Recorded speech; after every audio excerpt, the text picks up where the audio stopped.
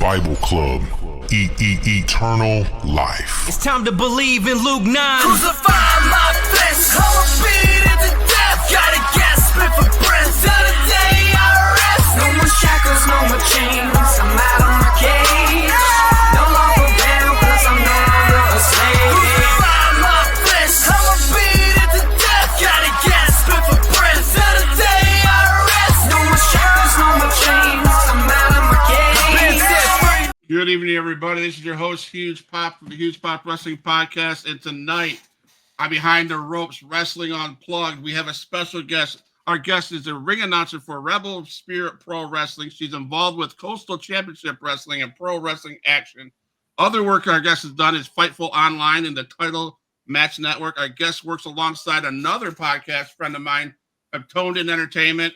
Please give a warm welcome to Julie Cutler. How are you doing tonight, Miss Julie? Thank you so much. I'm doing very well. Thank you so much again for having me. I know we've been chatting about this for a little while now. This has been in the works for a little while. So I'm really excited to be here, and I'm really excited to be on the receiving end of the interview. Normally, I'm the one holding the microphone asking the questions. So this is very cool for me. Thank you. Awesome. So is this your first time doing it? I've done a couple in the past, but it's been a little while. A little while. So I'm always excited when I get the chance to tell a little bit of my own story. Awesome. So we're just going to jump right into it. Sure. When we're talking about the wrestling business, we all started probably as fans, right? So Yes. Can you just give us up to speed of what it was like for Miss Cutler to be a wrestling fan? Absolutely. So I probably started watching wrestling. If I had to guess, I think I was about 6 years old. And it was like sort of the Attitude Era going into the Invasion era when WWE purchased WCW and ECW, which was a time that I had so much fun as a kid watching. It's funny because I feel like now when the internet chats about the Invasion storyline and that whole era, I feel like it isn't really super well received just because there were a lot of people that were key players in WCW and ECW that didn't get to be a part of that story. But as a kid, I thought that was so much fun because I felt like there was almost real tension between both sides. And so I grew up with two older brothers and also a very close family friend of mine who is kind of essentially like an older brother to me. I've known him my entire life. And so they started watching wrestling when I was about 6 years old.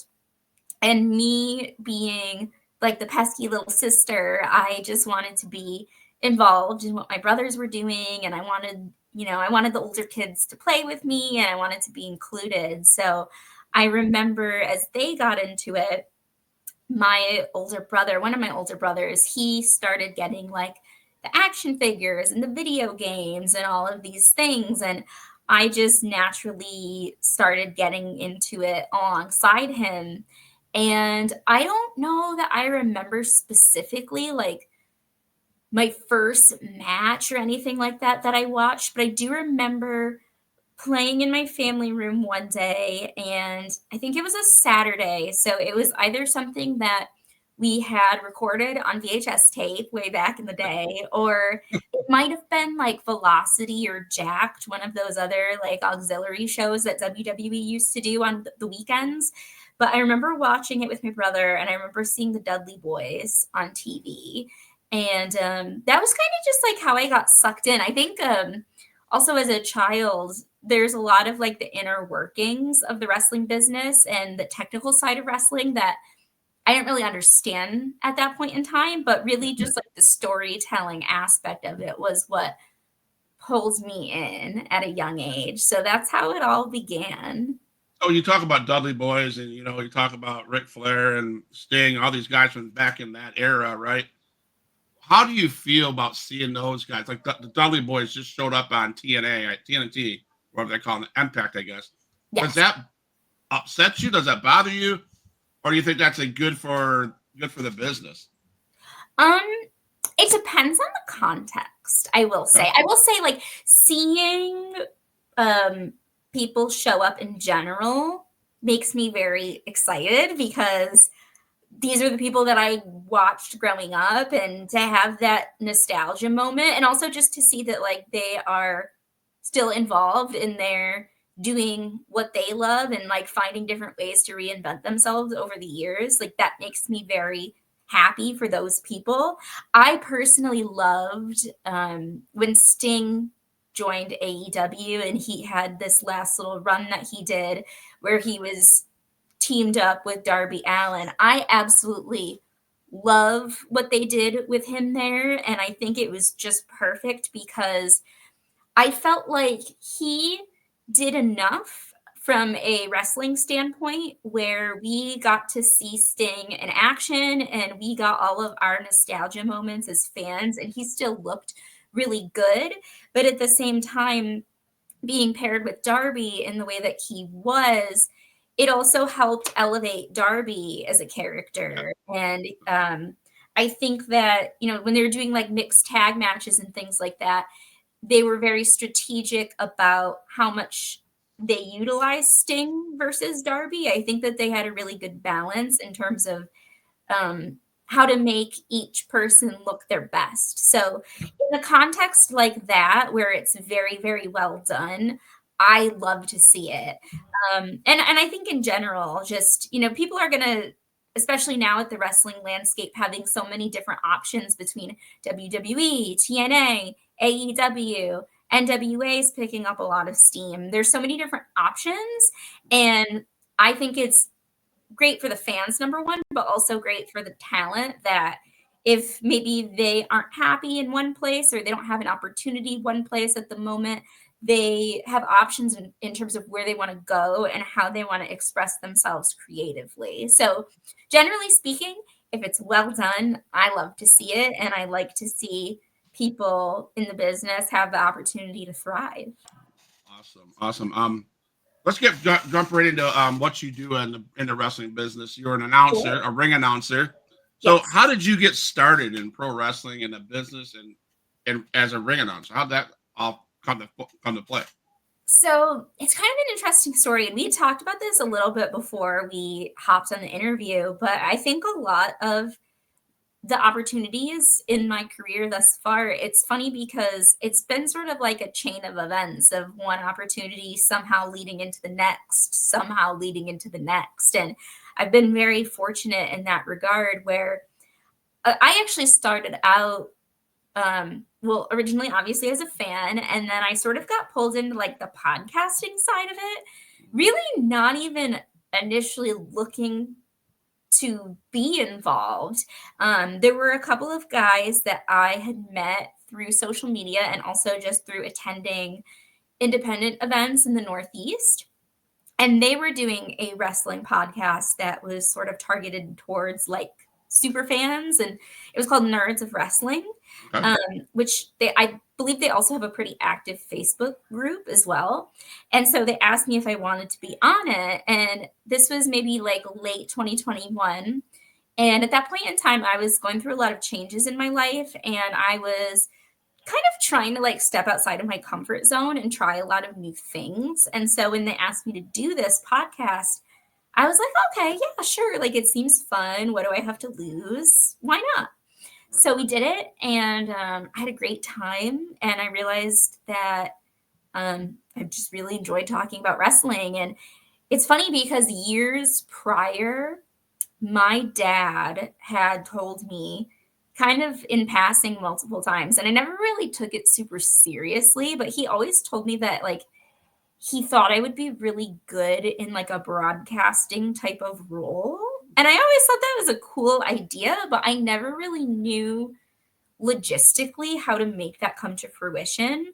And so I did this one podcast and I had a great time. And so what I did was I was very lucky and fortunate that I had a couple of people that I knew, a couple of connections in the wrestling business that did wrestling podcasts on like a larger scale than where I had started.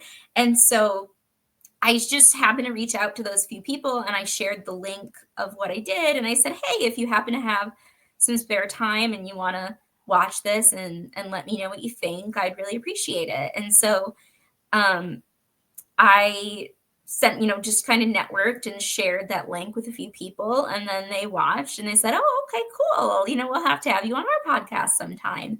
And so that's kind of how it started. Like I started going on podcasts with like larger and larger followings. And that spring, the spring of 2022, I started working with Sean Ross Sapp of Fightful, and we started doing primarily AEW pay-per-view post shows together. And he had been a friend of mine for a couple of years before. And again, like I had just shared some of my work with him as I started doing more podcasts, especially just started kind of like sharing my work. And that was kind of what planted the seed of, oh, okay, I'll have to have you on my show at some point. And so we started doing mostly AEW pay-per-view post shows together. And again, I think it was kind of like a right place, right time sort of scenario, because a lot of the pay-per-views that we covered that year were ones that had a lot of buzz around them, particularly Double or Nothing that year, because there was a question of like whether or not MJF had bought a plane ticket. Was he going to be there? Was he going to leave? And then that fall, that was the brawl at All Out that we were getting coverage from kind of like as it was happening. And so we had a lot of viewership from a lot of people that were not only tuned in like for the pay-per-view content itself, but were also just tuning in to see if they could get some like behind the scenes information.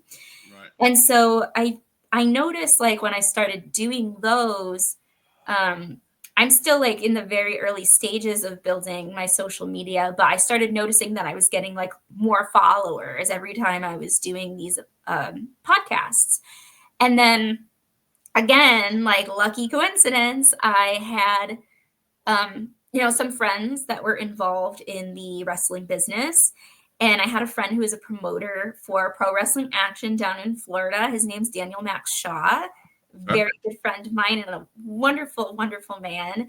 And he had reached out to me saying that he needed an interviewer for one of his upcoming events. And so that was when I booked my flight and I came down. It was December of 2022. I came down and I did like my first live interviews at an independent show. And so I started doing more of that once I kind of got in like the live show atmosphere.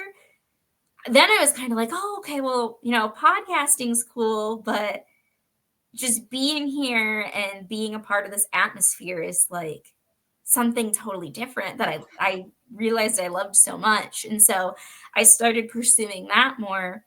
And then as I started pursuing opportunities there more, one of the companies that I had reached out to up here in the Northeast, I'm based in Massachusetts, one of the companies that I reached out to, they brought me in. Initially, I thought I was going to be doing interviews. That was kind of how I presented myself. And then it turns out that they needed a ring announcer. So I came to a few events and they kind of got to know me and let me go out and do like some crowd hype stuff just to get a feel of like who I was and what my skill level was and things like that. And so the ring announcing kind of just fell into my lap. And then I started doing that. That was July of 2023 was when I did my first show ring announcing. Okay. And it was another one of those things where I did it for the first time and I just fell in love with it. And we've been building from there with the interviewing piece and the ring announcing piece, and perhaps more to come in the future. Awesome. So that was you mentioned Pro Wrestling Action in that. So Pro Wrestling Action, that was where I started doing interviews. I'd gone there a couple of times and I'd done interviews. I've done ring announcing and interviewing for a number of different promotions. I'm currently the primary ring announcer for Rebel Spirit Pro Wrestling, which is based in Massachusetts.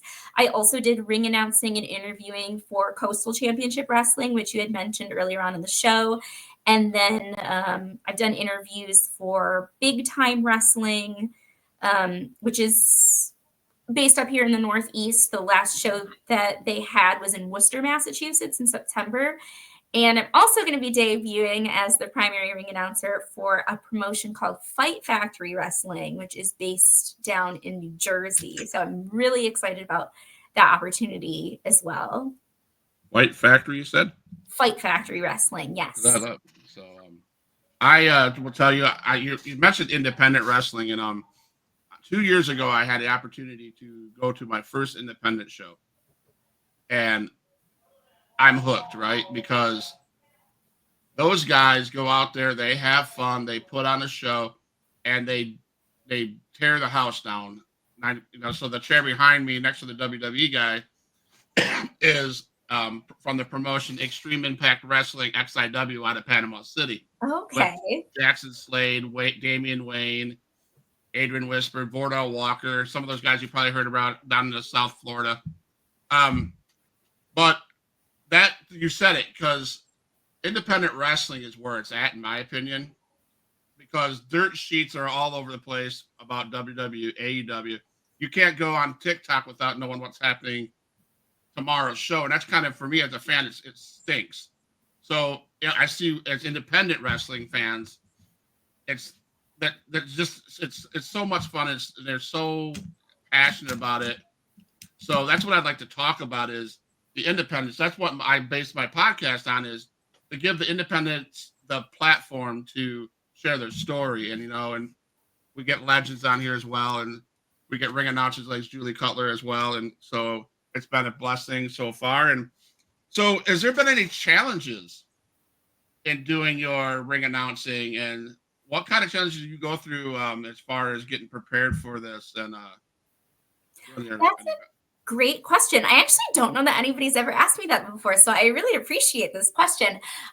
So when I first started ring announcing, I knew that I didn't want to use cue cards, and I know that there are some people that do, and I totally understand, because it's a lot of information to memorize. Like when I do a show, I memorize everyone's information on the show from top to bottom. They're built from weight, any monikers that they have, name, obviously. And that was one thing that I wanted to make a point to do right away. And it's one of those things that depending on who you are, and depending on like what your propensity to memorizing that type of information quickly is, it's one of those things that could be easier said than done.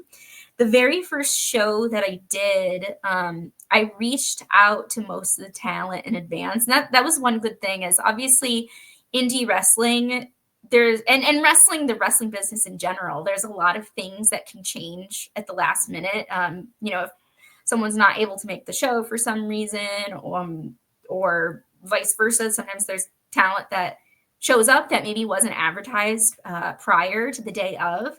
But I at least have an idea of what the card looks like. So what I did the very first time I started was I reached out to everybody on the card in advance to collect as much information as possible so that I could start memorizing it. And then I was lucky. Usually, depending on which promotion I'm at, I can I'll either be sent backstage between the matches, or I'll at least be sitting ringside, where I might have an opportunity to look over my notes between matches. So that was one thing that was really important to me, was I never see people on TV using cue cards. I wanted to make sure that I memorized the information. And I also felt like in some ways it's just like a show of respect to the roster members, to show them that I care enough to reach out and get their information in advance, and that not only do I want to memorize it, but by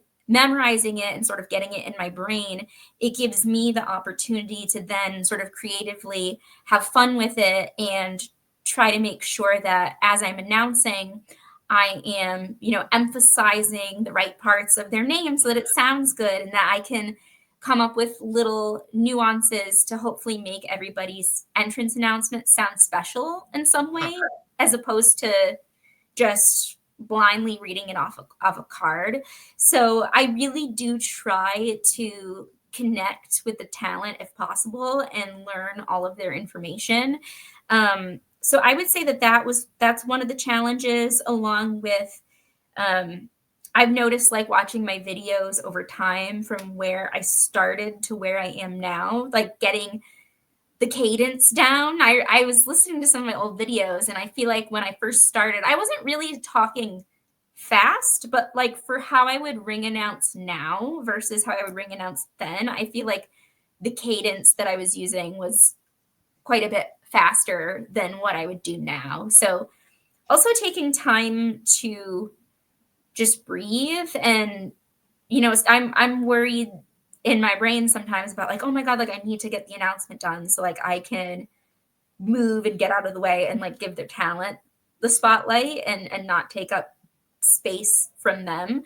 But trying to find that balance of like, okay, like, yes, like you want to, do your thing and give them their spot, but also just take a breath and like be mindful in making the announcement in such a way that doesn't feel like you're rushing, and you're really able to like lean into everything that you're saying and make it sound special. So I would say that those are some just little things. I think from an interviewing standpoint also, there's a lot of little nuances to being a good interviewer that people don't necessarily know or think of in advance. And I think that the more that I've had opportunities to talk with some people that have worked at a higher level, or people that have worked in production before, where I can learn those little nuances, that's really helped me a lot. Because I don't want to say anybody can be an interviewer, because that's not true. But a lot of people can pick up a microphone and ask questions and think that they're doing a good job. But there's a lot of nuances that you need to know for like TV purposes, like what is gonna work well on TV, how long to talk for, like where to stand, which, how to hold the microphone, little things like that a lot of people don't know. And I'm still very much learning myself. But just kind of like really polishing my work along the way. I guess I would say that that's really the other challenge, because some people, like I said, some people have more of a natural propensity to like picking up certain skills than others. Like for some people, the idea of being an interviewer or being a ring announcer and like having to do that much speaking in front of a crowd is terrifying. And then, for some people it's not that scary, but it's a matter of learning how to do all of these little things the right way. So I would say that that's probably the biggest thing that like I'm really honing in on now is not just doing it, but making sure that I'm doing it in such a way that could hopefully elevate myself and my career to new heights. Because there's a lot of little things, like depending on which independent promotions you work for, there's a lot of things on the indies that aren't necessarily designed to work well for TV. So it's a matter of making a point to work with people that are better than you, working with people that are better than myself, that are more experienced than myself, that can give me those tips and tricks that I just haven't learned yet, and learning how to incorporate those into my work. Thank you. That's awesome. You probably know one of my friends, Cha-Cha Charlie, right? I love Cha-Cha Charlie. Yes, we danced together at the last CCW show that I was at in Kissimmee. Good. So I'm gonna throw out, and I didn't talk to you about this, but I'm gonna throw out a challenge to you. Okay.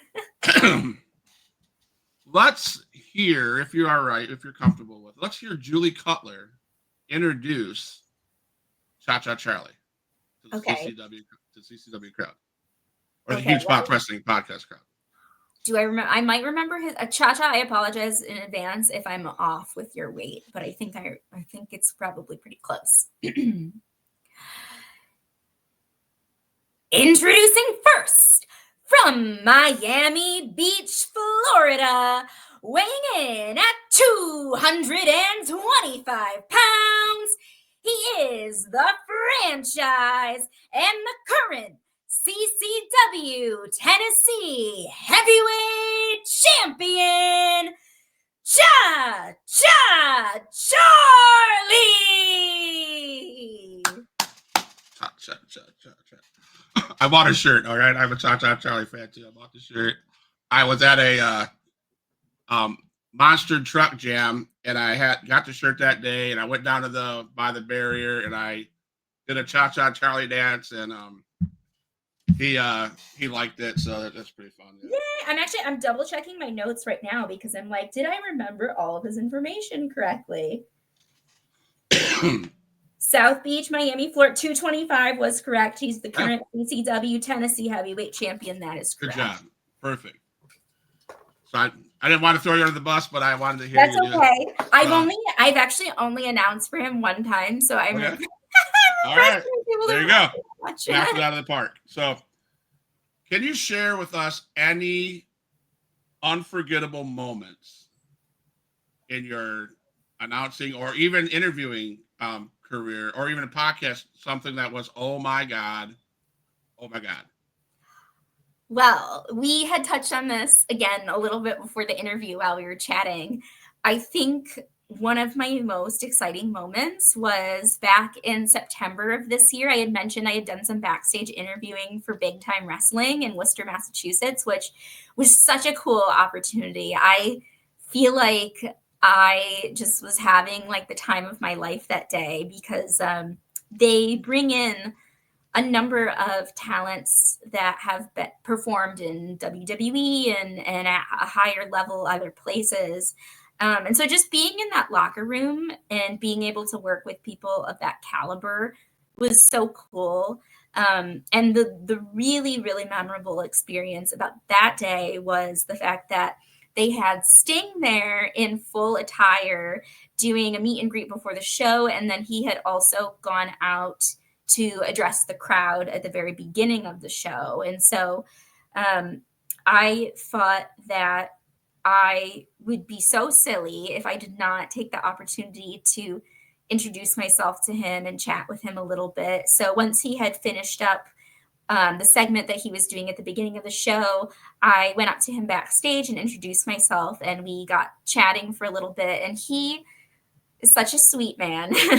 And we talked a lot about, just like his career and what he's been doing in AEW the past couple of years. And something that we said before we parted ways, we took a few photos together. And I said to him, I said, this isn't the last that you're going to see of me. Like, if you're going to see me again, whether it's on TV, for one of the major companies, or you're going to see me somewhere. This isn't the last of me.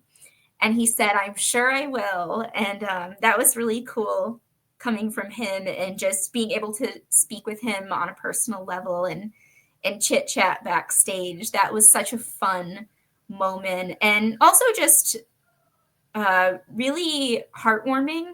Anytime you have the opportunity to meet your heroes, meet the people that you idolized on TV growing up, and to interact with them in real life and see that they're also just really kind people in real life on a personal level, that was such an unforgettable experience for me. And I'm really grateful actually as well to the people that brought me into the promotion that day, the promoter, the producer that is a good friend of mine, and also the promoter of Rebel Spirit Pro Wrestling, and then a couple of the guys that were doing the camera work.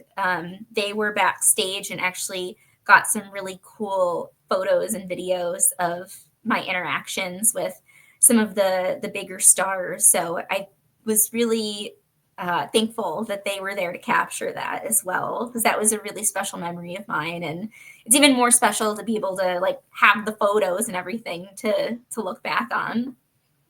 Absolutely. That's so much. That's cool. I met Sting at River City WrestleCon. That was probably one of the coolest things ever. But I will say this: at River City WrestleCon, I got to walk up and stand 2 feet from Jimmy Hart and talk to him just about life and about wrestling. And that experience alone, not to take away from anything about Sting, because Sting is my favorite, but just to have those interactions, like that backstage interaction that you're talking about, means so much more than, I mean, Sting signed my belt back there. Exactly. So it's more important, that signature will always be on that belt. But the memory of talking to Jimmy Hart will be right here all the time, you know? And that's how I feel. That's how I feel too. Like I love, anything that I have from the years that I spent as a fan going to events and going to meet and greets. Like I have so many photos and autographs and all of those kinds of things, but nothing beats those personal conversations and interactions. And I've been lucky to have some really uplifting conversations with some people that I looked up to in the business before I was ever involved with the business. Right. So it's just a really cool full circle moment. Absolutely. I met, I celebrated Tatanka's birthday with him. Aww. It was so cool, and it's cool. So, how do you deal with the pressure of performing in front of an audience? Is it crazy? I mean, I've seen CCW's audience. Yes. Them guys are crazy. I had such a great time there, though. I had such a fun time. I will say, I have been involved in performing arts of some sort pretty much my entire life. So when I was young, my mom signed me up for dance classes when I was probably about 4 years old. And I did my first dance recital shortly thereafter. So like I grew up doing dance recitals. I played the violin growing up, starting when I was, I think, about 8 years old. And so I was used to dance performances, concerts. I was very used to being in front of a crowd in some capacity. And also, like, even when I was in school growing up, there's some people that absolutely hate giving presentations in school. Like they get so nervous. It's like the bane of their existence. They hate getting up and presenting things. And obviously school is a little bit different than like performing, in a wrestling ring, because the content isn't necessarily as fun or entertaining. But I remember like when I was in school, if I had to present projects or read a paper or things like that, it was a little nerve-wracking just getting up and being in front of a crowd, but like it never really bothered me very much. And like I said, there were some people where, I knew that they really did not feel comfortable. They really didn't want to do it. But when I did it, like I think there's a normal amount of nervousness to feel anytime you're getting up and performing or presenting something, just because it means that you care, right? If you're wondering about how it's going to be received and you're worrying about doing a good job. But I always really enjoyed it. And it wasn't something that like really scared me. And especially with like things that I enjoyed, like my dance and things like that, I was, I guess, a little nervous, but I was always very excited to perform too. And then when I got to college, I started doing competitive Latin ballroom dancing as well. And that was something where not only was I performing, but I was also being judged by a panel of judges and being looked at under like more of a microscope in that way. And then fast forward to 2021, this is right around the time where I did that very first wrestling podcast. I also signed up and I competed in the Miss Massachusetts USA beauty pageant. And so I performed in that. I competed in that in the spring of 2022. And so again, that's a situation where I was also I was performing, but I was also being judged and, walking around on stage in an evening gown and a bikini and doing an interview in front of a panel of judges. So I do have a number of experiences that I think helped to prepare me a little bit to kind of be in the wrestling world in that way. Like I've always enjoyed performing in different ways. And I think wrestling, in some ways, it's kind of like a culmination of everything that I feel like I've been working towards over the course of these several years, because all of these other hobbies that I've done, like dance and music and whatever it may be, like I've always really loved and enjoyed them. And I've always, I've worked very hard, and I think I was pretty good at a lot of those things. Like I was a pretty good dancer and I was a pretty good musician, but wrestling is the thing that makes me feel like I am so in my element when I get out there in front of the crowd. I think this is the first thing that has really 100% made me feel like this is where I'm supposed to be. Okay, yeah. So I got a question for you, and I have a hard time dealing with this. So That's sure. you go into a wrestling event. Like I said, I cover XIW, Extreme Impact Wrestling, out of Panama City. I have my setup there. I have my mics. I have my cameras. I'm supposed to be broadcasting this live on my channel, but I'm a fan as well. Mm-hmm. And it's one of my struggles, I'll be honest with you, is I'm a loud fan. I'm an obnoxious fan. And you have to reel it in. How do you I have not conquered that yet. How do you reel it in? Because you get so invested in these independent storylines that you forget about what you're supposed to be doing. It's broadcasting this to the channel. So how do you deal with that, wanting to go over the top as a fan?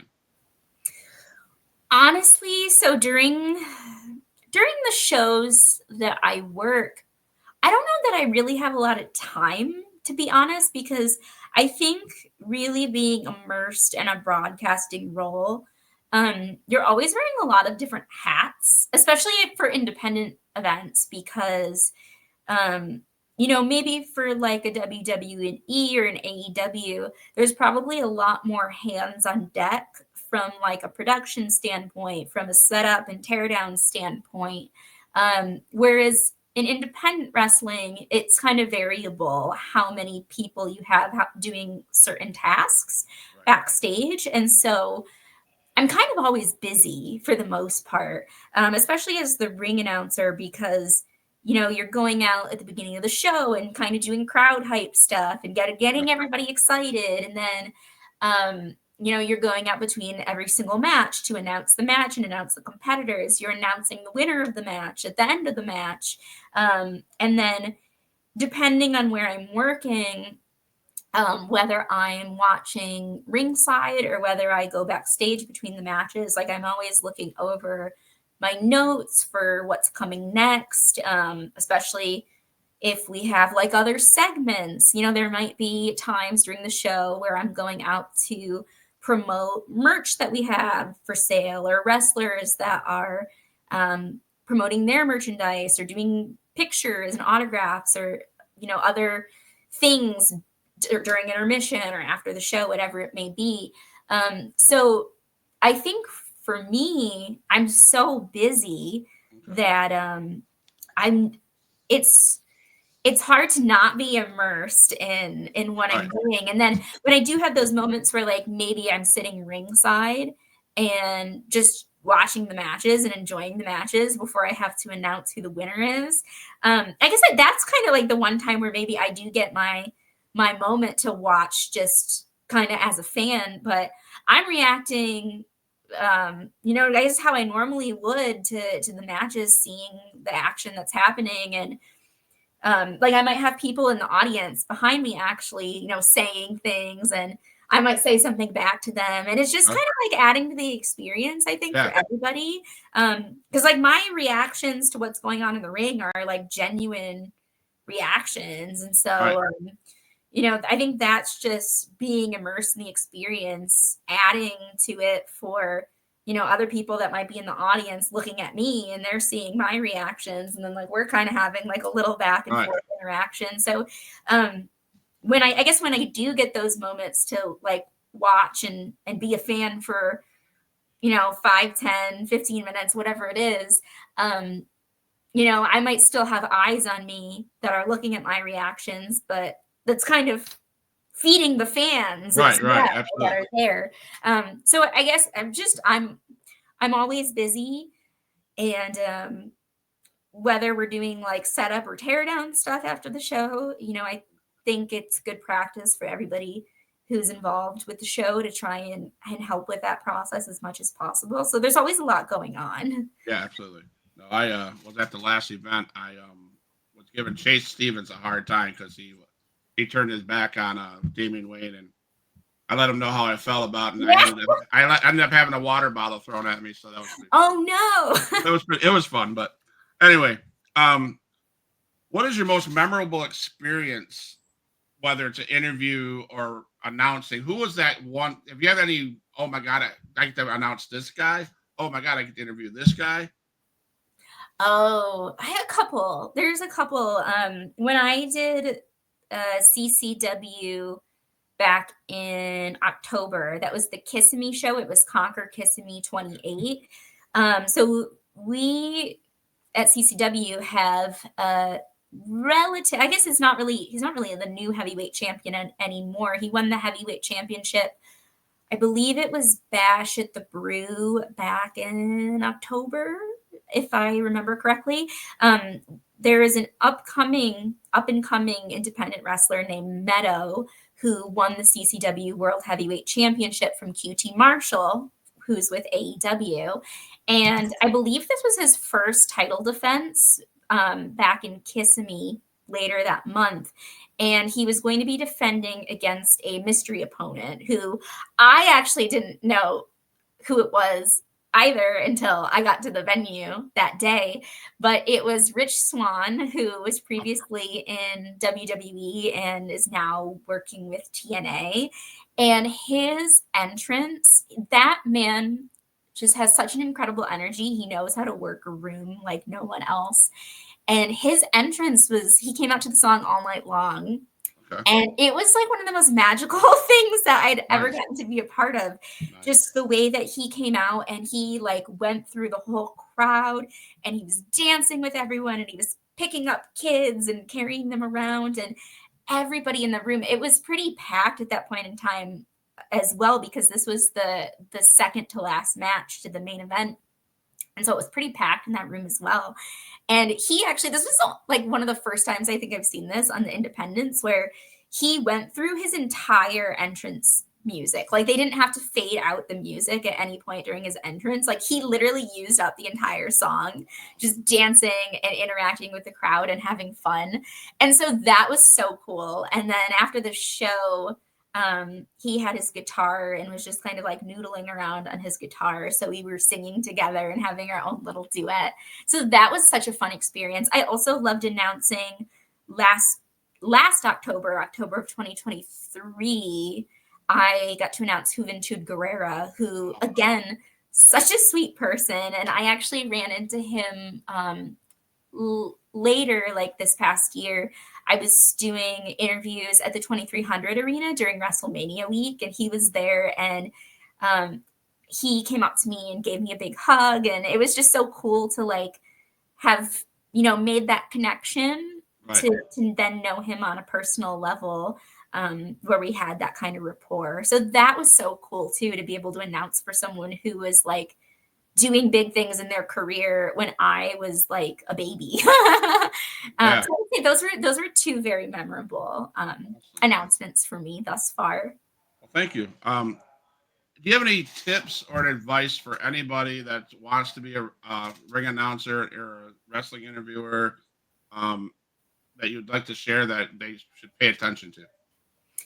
A couple of things. And again, I definitely feel a little bit of a sense of imposter syndrome sometimes giving advice, because I feel like I'm still so early in my career and there's still so much that I'm working on and improving upon. But in the time that I have been doing this, I would say a couple of things. Number one, and we had kind of talked about this before, just the idea of starting somewhere and not being afraid to advocate for yourself and to network, because I think that there's so much value in being able to do that. And I think sometimes people are afraid to reach out and just like ask the question like, hey, is there an opportunity available? Or, can I show up to this event and help out with something? And like, maybe by doing that, they'll find some opportunity that's available. Don't be afraid to advocate for yourself. don't be afraid to put yourself out there and network and reach out to people. I think sometimes, like I said, people are hesitant to do that, but I think if you do it in a way that's classy and professional and you are making the effort to make those connections, there's going to be a lot of times where people tell you no. And I was experiencing this, I would say earlier this summer. I was going through kind of a phase where I was reaching out to a lot of new promotions and looking for new opportunities just to kind of expand my horizons. And there's going to be people that tell you no. There's going to be people that don't even respond if you send out emails or messages, but there's going to be some people that do. And so amongst the 10 emails that you send out, you might get one or two yeses. Pursue those yeses. And something that I think kind of goes along with this is don't be afraid to create your own yeses. And what I mean by that is now we have the very powerful tool of social media. And so if you can do things to promote yourself on social media and create your own content, and even during those times where like maybe you're feeling a little discouraged, maybe you feel like there's a lull, like you have a lot of shows at one point in time and then you kind of go through a lull, like maybe it's the holiday season, or like I feel like there's a certain time of the summer where I felt like things got a little less busy as well. What can you do during that time to continue to promote yourself? Like for me, we talked a little bit before about how I do podcasting with my friend Tony Miller from Toned In Entertainment. And so every so often, Tony and I will get together and we'll reach out to independent talents that we think are really interesting and on a really good career trajectory, and we'll bring those people on to do interviews, and boom, now we all have created our own content, and it's a win-win for everybody. That performer gets exposure and they have the opportunity to share what they're doing, and then we have content to share for our pages as well. So things like that. Can you do podcasts, or like every now and again I like to do photo shoots with different photographers to get new promo photos for my page and things like that. So just being really creative and enjoying the creative process as well of being on the indies. I think that sometimes people are so focused on the end goal of like needing to be signed by company X, Y, or Z, which is, I think, a goal for most people is if you're working on the indies, you want to potentially make it at a higher level, but also enjoying the creative freedom and the creative process that we're able to be in right now, and like really make the most of it so that you can express your individuality and show people what makes you special, what makes them want to sign you to a contract. So I would say those are a couple of big things. I feel like I had something else that was on my brain, but it might come back to me at some point once we keep talking. But I would say just like not being afraid to advocate for yourself, reach out to people, and just like inundating people with who you are, creating authentic content for your page that shows what makes you different from everybody else. Well, everything that you just said, I mean, I didn't realize that question was for me, but you said some important stuff that made me look at what I want to do in the future, and it makes me feel like, oh, okay, there are opportunities out there, and I hope some of your social media, some of your wrestling promotions watch this, and who knows, that the sky's the limits, right? So just be confident, and that's what I hear you saying is just be confident, promote yourself, and just keep on doing it, because I think a lot of podcasters or whatever, they do it to get big right away. Mm-hmm. And instead of, like, for me, I do it because it's my self-care, and if it blows up, it blows up. And if it really doesn't, at the end of the day, I'm 54 years old and I have a career in foster care, and, this again keeps me sane. Hopefully. Sometimes it doesn't, but most of the time it does. So, yeah. But I think what you mentioned is really important, is that this is something that you have a passion for.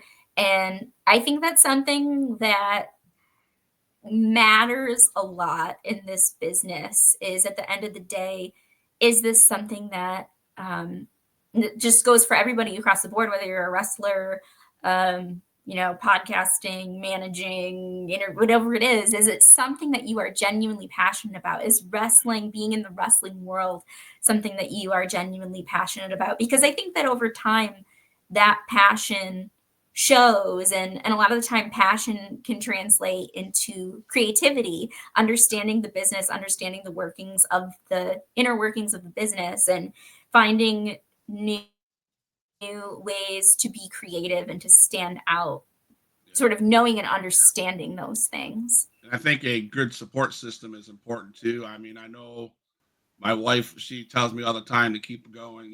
This is what I want to do. This is my self care. My mom passed away a year ago in October. And the last thing she said to me is, she goes, "Don't stop doing that podcast," because she used to watch the podcast all the time. So I'm like, I'm not going to quit, because it's in my blood. I love wrestling. I love talking about wrestling. I just love it. I love meeting new people. I love meeting you. It's just been a great time.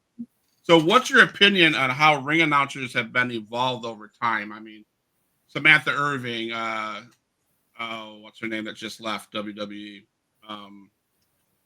Some of the best I've seen on TV. So how has it evolved over the time from back when you were watching it as a kid to now?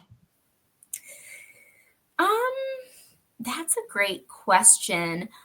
I would say, well, when I think of like ring announcers that I really admire, I always come to like Lillian Garcia and Justin Roberts. I feel like those are the two that I probably study the most, just in terms of like their cadence and what they do. And I think that, I guess, to try and answer your question to the best of my ability, looking at ring announcers and even backstage interviewers in the business, and looking at different people across different companies, across different periods of time, there's certain people that really stand out to me as being awesome. Like, another person that I love to watch, like from an interviewing perspective, is Renee Paquette. There's a couple people that like I'll go to and study in terms of trying to figure out like how I want to present myself, and learning the right ways to do things for people that have been on TV. And I will say that there's certain people that stand out, and I think that it's almost a little bit hard to put my finger on in some ways, because I think that like the people that really stand out to me, maybe it comes back a little bit to what we just talked about with passion.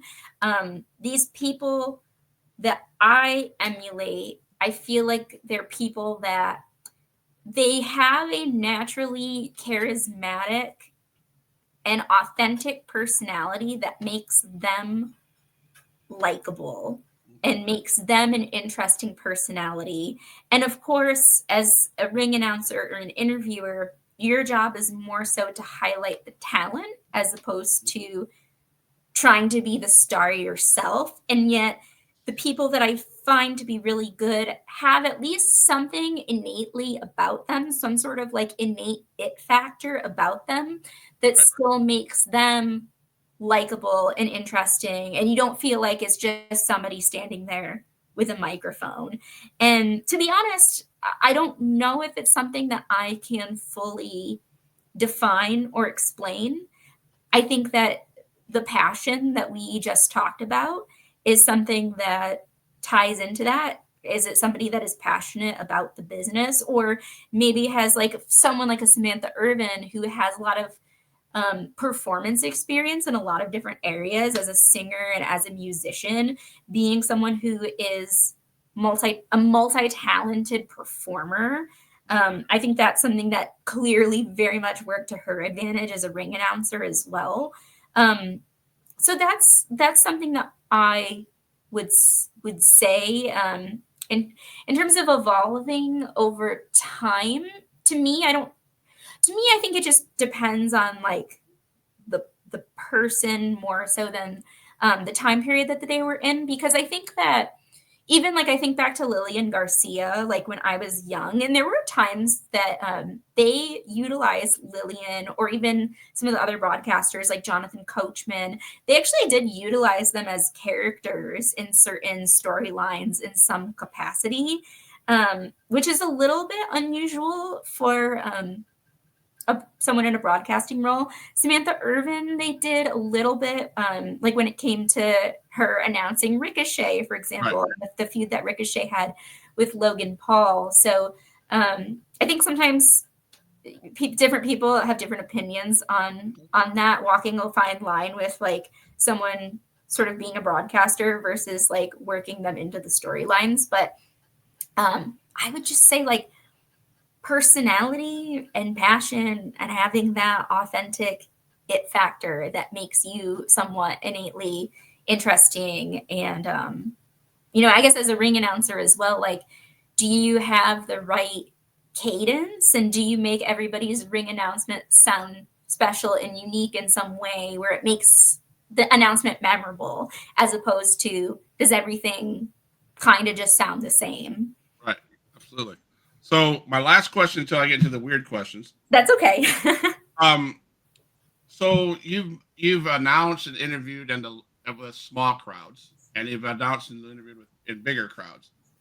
Is there a difference in your preparation knowing the crowd size? Honestly, I would say no. For me personally, because this is going to sound a little bit cliche, but sometimes I don't know what the crowd size is going to be. Okay. Sometimes you have an idea, I think, depending on the promotion or depending on, if I know anything about like ticket pre-sales or things like that, like you might, or the venue capacity, there's all these different things. Sometimes you might have an idea of what the venue capacity is going to be like. My philosophy, and again, this is going to sound a little cliche, but is just prepare to the best of my ability, 110% that I can prepare to. And sometimes, like I said earlier in the interview, it's not always going to be easy, depending on the amount of information that I have in advance about like who's on the card, who's booked for the show, what are the storylines, are there long-term storylines that have been happening between certain people that I should know about to ask them the right questions? Or is this a promotion that maybe runs every some number of months and maybe there aren't as deeply woven stories behind all the matches? So I would say it's, for me, preparing 100% to the best of my ability, given the amount of information that I have going into the show. But regardless of crowd size, because sometimes too, like as an interviewer, sometimes we do pre-taped interviews backstage. Sometimes I might be doing like an in-ring spot where I'm interviewing somebody before or after their match in front of the crowd. Sometimes I don't always know in advance. So I just have to prepare to the best of my ability with what I do know, and then work on the fly once I get there. And that's a lot of indie wrestling and the wrestling business in general, is learning how to work on the fly. But I will say those are some of the situations where I have learned the most. Awesome. So if you could feed any wrestler a meal that you prepared, Ooh. Who would it be? What would it be? And how do you think they would react? Oh, man. This is such an interesting question.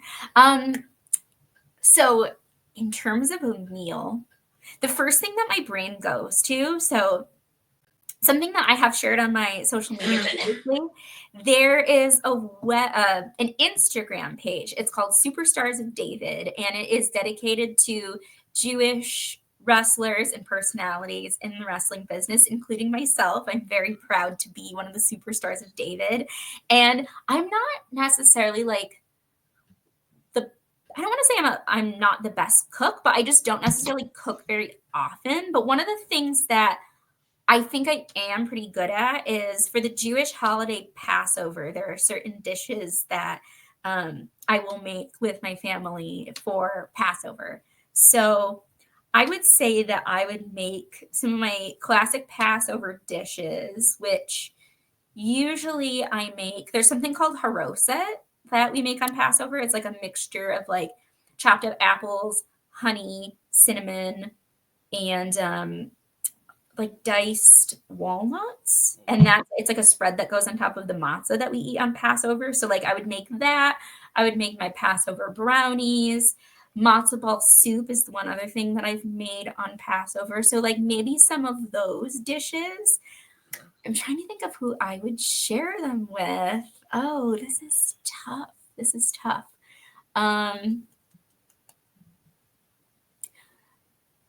I have to pick maybe like one of like another very famous Jewish wrestler. Maybe I'd make them for like MJF, except I think his reaction would be very poor. Yeah, right. I think he would be very critical. But because of my limited cooking abilities, I would have to lean into Passover food because that's probably what I do the best. Okay. Some of those like auxiliary dishes, I guess I'd make them for MJF because he's probably one of the Jewish wrestlers that I genuinely admire so much. Okay. But him being the personality that he is, being the heel that he is, I bet he would be very critical of them. Awesome. Thank you for that. Bo Johnson, you always have to bring your A game, and like Julia said, being authentic is the best way to go. Yeah, absolutely. Bo Johnson and PW101. If you're not subscribed to the YouTube channel, please subscribe to the YouTube channel. Help grow the followers. Subscribe to Julia Cutler's channels and stuff like that. It's been a fun time. I got more to ask. So, okay. So I stole this one off. I stole this one. The Fiend, Bob Holly, Doink the Clown, and Danhausen are riding in a car together. Who packs the best snacks? You said Bob Holly, Danhausen, and Doink the Clown? And the Fiend, Bray Wyatt. Oh, the Fiend. Yeah. Who packs the best snacks? This is a tough question.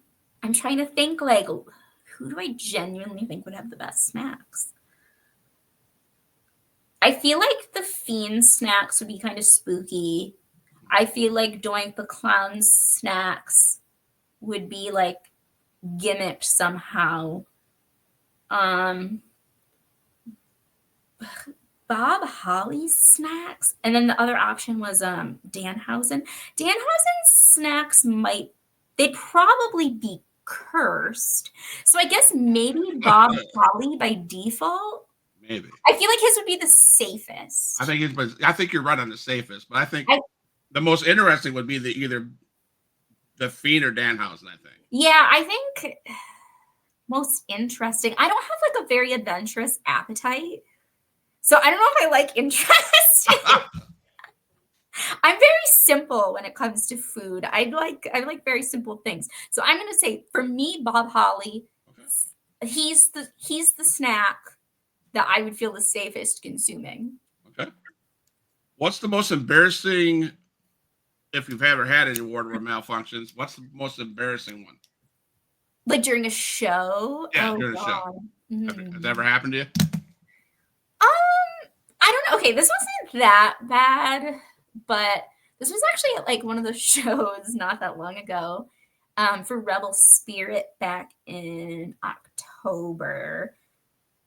There was a match between one of our guys, Steve Gibkey, and then I'm trying to remember who his opponent was. I think it was Ryan Faust, if I remember correctly. These two big guys were getting ready to have a match, and Steve was going to cut a promo after the match. And so I wanted to make sure that I could get one of the microphones to him to cut the promo.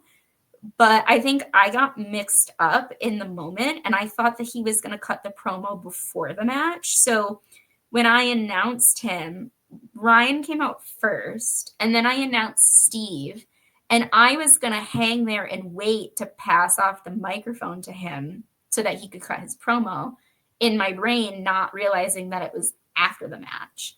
And so I'm just like standing there. And actually, when he came out, he had like a vest that he was wearing, and I was still standing in the ring. So he just like tossed his vest on me like a coat rack. And it took me a minute to, like, I think I under my breath, I was kind of like, oh, like, do you need the microphone? And then he was like, after the match. And so I got myself out of there. But like, it was just this awkward moment of me like just hanging around when I didn't need to be hanging around. Which I guess isn't too bad. There's like a lot worse things that could have happened. And I think that we played it off well with him like throwing his jacket on me. So it ended up working out fine. A lot of the time in performances too, like there are things that happen in the moment that I know that are wrong or not according to plan. So it seems embarrassing to me. But looking at it from the perspective of the crowd that like doesn't know what isn't supposed to happen, it probably doesn't look as embarrassing as I thought. So that's just like one of the most recent ones that I could think of, was just hanging around, not realizing that they were waiting to start their match. So I know you in Independence, you're with CCW and Riot, the other ones you mentioned. There's some crazy crowds, so I got to ask this question. What's the most ridiculous thing you've ever heard a fan yell while you're trying to announce somebody? Actually, so there was something I thought was funny. This is actually at a show that I wasn't a part of. Like, I wasn't in the show, but I had recorded some promotional material for this particular promotion, just like advertising and social media. And one of my friends was wrestling, and someone in the audience shouted out, he goes, "That's my future ex-wife." I was just like, wow, we're jumping way ahead here. I thought that was kind of funny. Right. So, I have kids questions, if you don't mind. Sure. I've worked with foster kids. I have 8 kids. They've always say, "Mr. Scott, what you doing?" I said, "I'm interviewing wrestlers. Can we ask questions?" I said, "Sure." So real quick, favorite food? Ooh, like I said, I'm really simple when it comes to food. I like very basic things. Like, I'm not like a really adventurous eater. I would say some of the things that I eat a lot. I'm a big pasta girl. I love a good spaghetti and meatballs, like a good angel hair spaghetti and meatballs. That's also always been a favorite of mine. I also love breakfast food, like pancakes, waffles, home fries, eggs. Like, I love diner food. Okay. So if you had to have a pizza, does pineapple belong on that pizza? Absolutely not. Okay. No way. No way. What's your favorite movie? Oh, that's a great question. So actually, I have a couple of favorite movies. When I was in high school, actually my senior year of high school, I had a little bit of room in my schedule to take like a fun elective. And the elective that I chose was a film appreciation class where we watched a lot of the AFI top 50 films of all time. And one of the films that I fell in love with was based on a book, which was Gone with the Wind.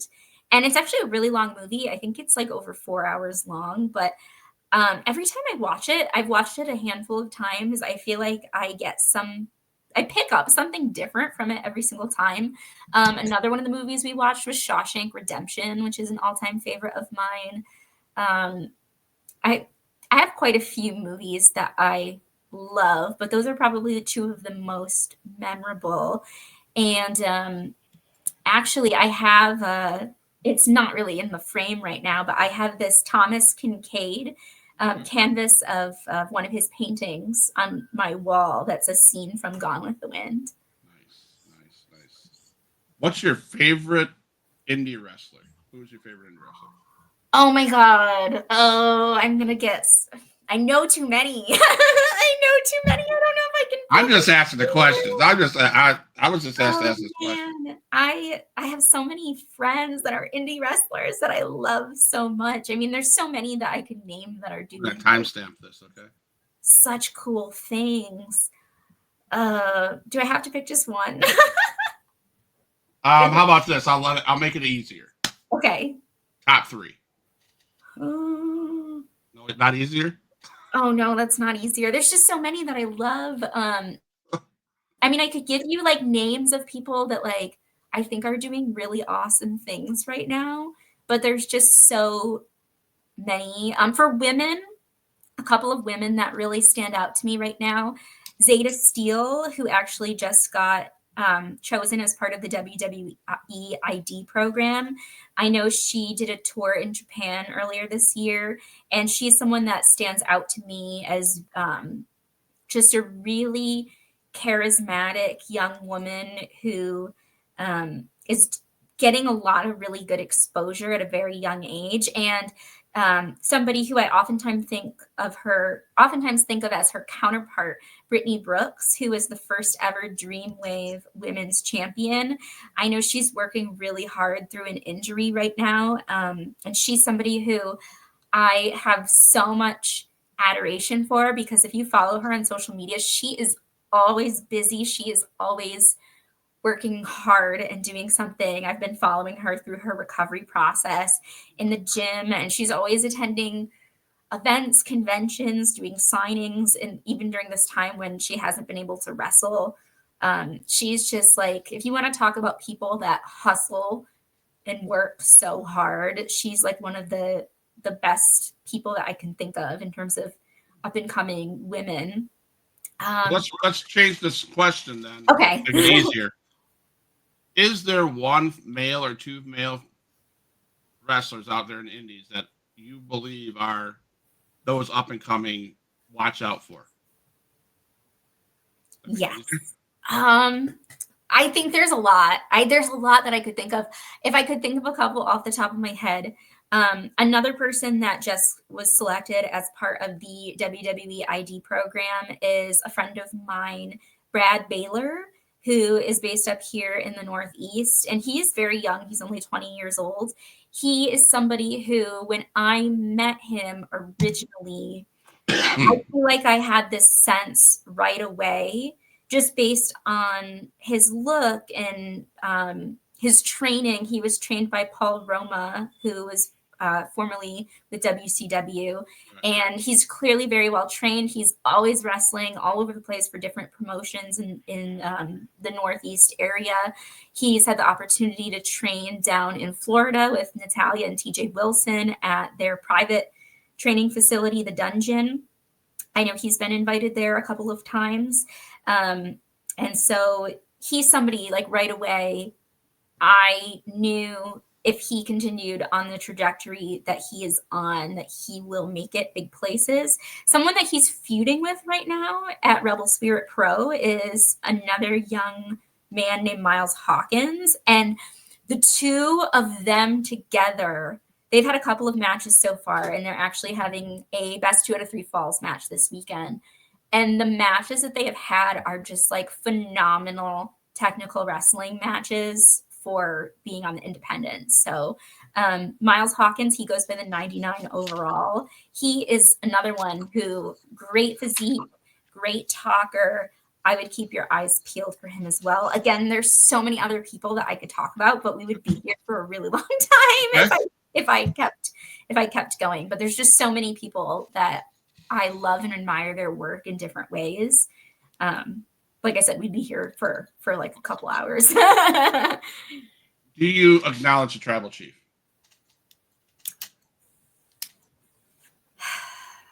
Yes, I do. It's a simple question. So, Miss Julie Cutler, I would like to have you close the show.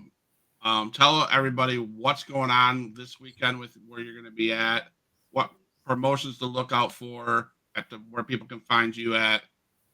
Give some hype to these promotions. Close the show. And then I'll say my last words. I'll play an exit song. Please don't go nowhere. I want to talk to you in the private chat. Sure, absolutely. Julia, it's your turn. It's your turn.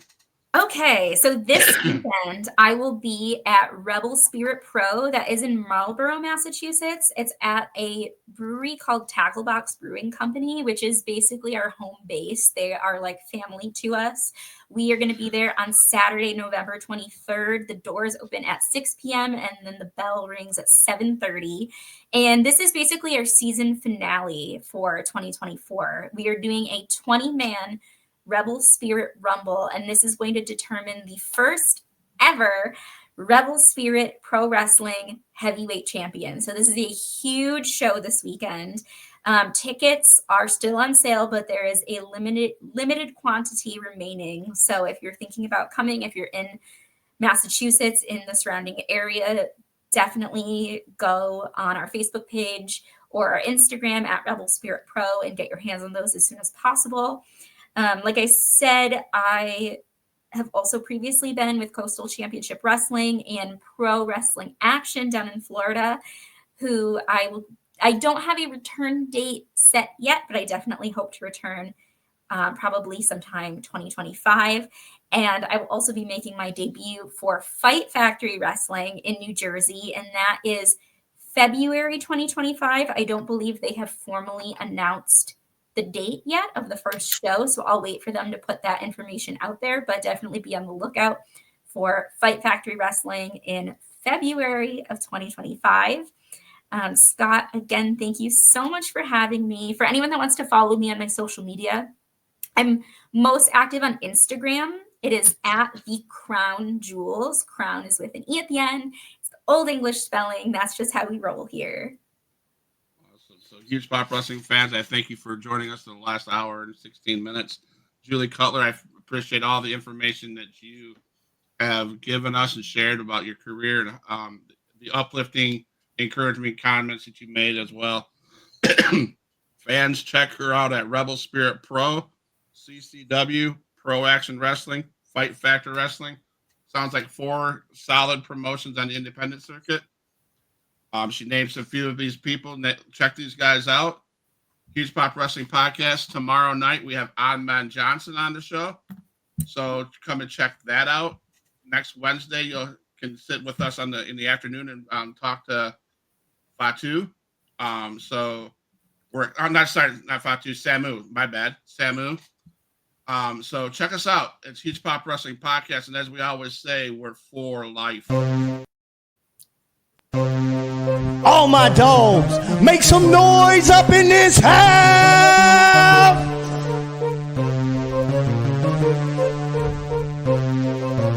Who is in the house? Who is in the house? It's the gangster of destruction, so you know what's going down. And when the drive-by's coming, then you better hit the grind. Cause when your body hits the canvas, then your head is knocked out.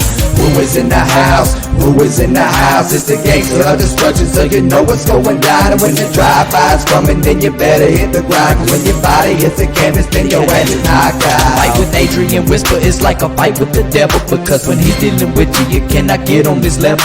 Fight with Adrian Whisper is like a fight with a king. It's like a fight with an army. They got the tanks and everything. He's leaving bruises and stitches, possibly leaving you crippled. Cause when he sets up the table and sends you straight through the middle. 6 sadistic free, beat that ass with a light bulb. Leave a piece of glass embedded in the back of your skull. Who is in the house? Who is in the house? It's the gangster